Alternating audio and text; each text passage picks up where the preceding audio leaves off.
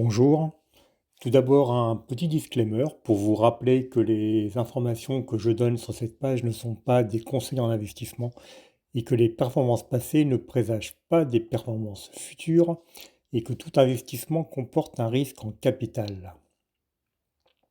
Aujourd'hui, je vous propose un retour sur l'état des marchés actions en 2024 et de vous livrer mes convictions pour 2025. La première constatation est que l'Europe a fait moins bien que les États-Unis, et ce pour la deuxième année consécutive. En Europe, ce sont surtout les domaines de la finance et des télécoms qui ont tiré leur épingle du jeu, alors que les domaines de l'automobile, des matières premières et de la chimie ont déçu. Trois secteurs cycliques dépendants de l'économie, et malheureusement, il n'y a pas eu de reprise économique en Europe en 2024. De son côté, le secteur financier, notamment, profitant des taux qui restent plus élevés qu'il y a 3 ans, a gagné beaucoup d'argent et donc rend cet argent à ses actionnaires, ce qui offre des rendements élevés. On remarque aussi une forte disparité entre les différents pays européens. Par exemple, le DAX allemand a progressé de 19%, alors que le CAC 40 n'a pris que 1%.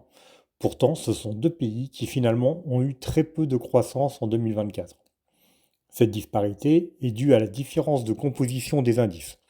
Par exemple, le CAC 40 doit sa valorisation principalement au luxe et à la consommation. On sait que le luxe a souffert de la baisse du marché chinois qui tarde à rebondir, et il faut ajouter à cela la dissolution de l'Assemblée nationale qui a pesé d'une façon générale sur les valeurs françaises. Dans le DAX, il n'y a pas de société de luxe, peu de sociétés de consommation. En revanche, il y a SAP, un des leaders mondiaux des softwares, qui pourrait bénéficier de l'intelligence artificielle et qui a pris 60% sur l'année 2024, expliquant à elle seule une bonne partie de la hausse du DAX. Les marchés ont également souffert des incertitudes politiques, la dissolution en France, les difficultés du gouvernement en Allemagne, l'élection de Trump aux États-Unis, avec une possible politique tarifaire des droits de douane vis-à-vis de l'Europe qui pourrait impacter les valeurs des sociétés de consommation notamment, et le rebond attendu en Chine qui n'a pas eu lieu.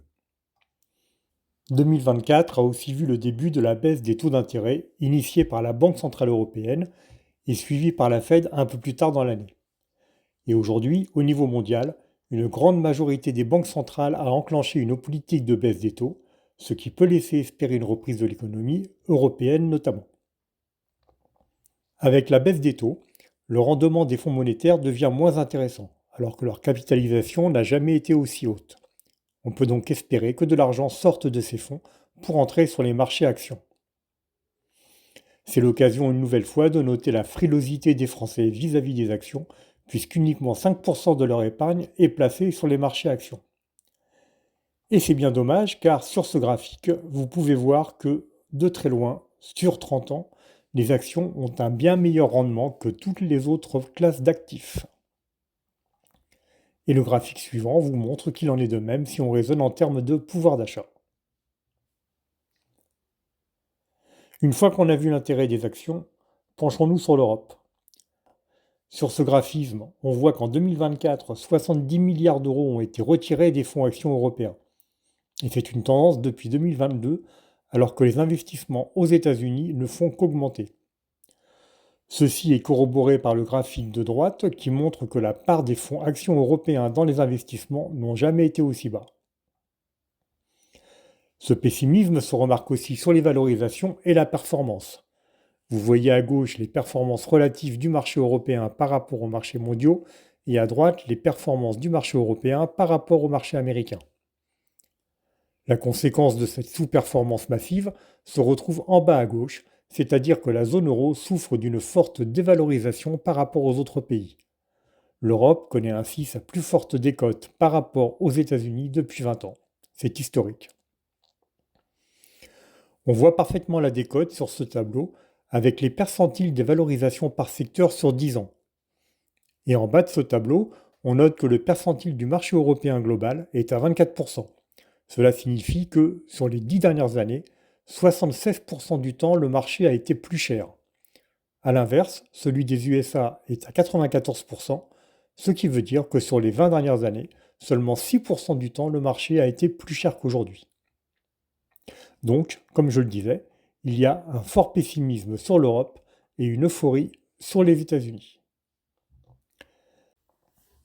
3, 4. Dernier point, là, vous voyez l'impact qu'a le prix que vous payez l'indice sur les rendements que vous pouvez attendre.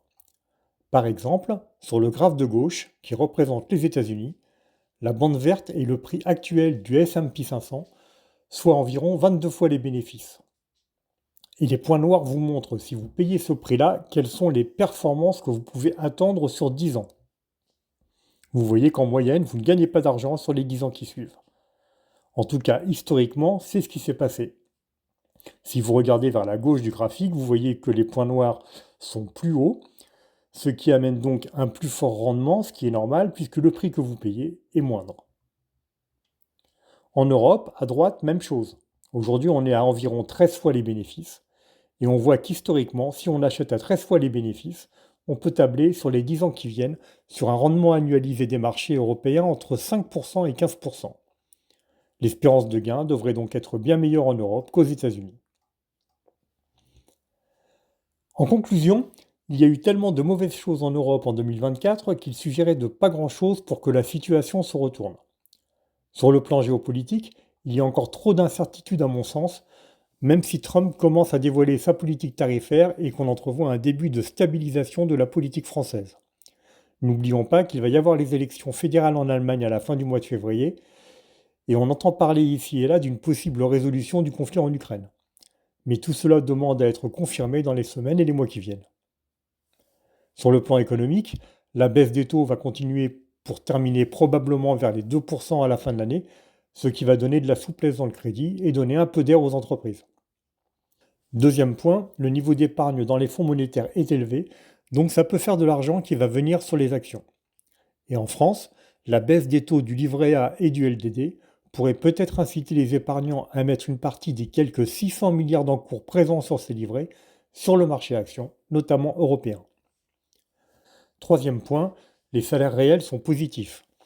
Si en 2022 et 2023, les salaires européens ont augmenté moins vite que l'inflation, et que donc factuellement les Européens se sont appauvris, en revanche, depuis 2024, il y a eu des négociations salariales alors même que l'inflation baissait.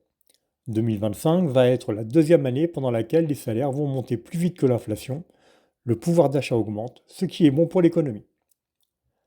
Enfin, on peut espérer la fin de la détérioration du marché chinois, ce qui provoquerait un restockage des entreprises européennes et favoriserait la croissance économique. En bref, le pessimisme ambiant a rendu le marché européen très décoté et offre donc de belles opportunités dans les années à venir, et notamment en 2025. Voilà, si ce post vous a intéressé, n'oubliez pas de mettre un like, n'hésitez pas à partager et à vous abonner à ma page. Et j'attends aussi vos commentaires sous cette vidéo. À bientôt!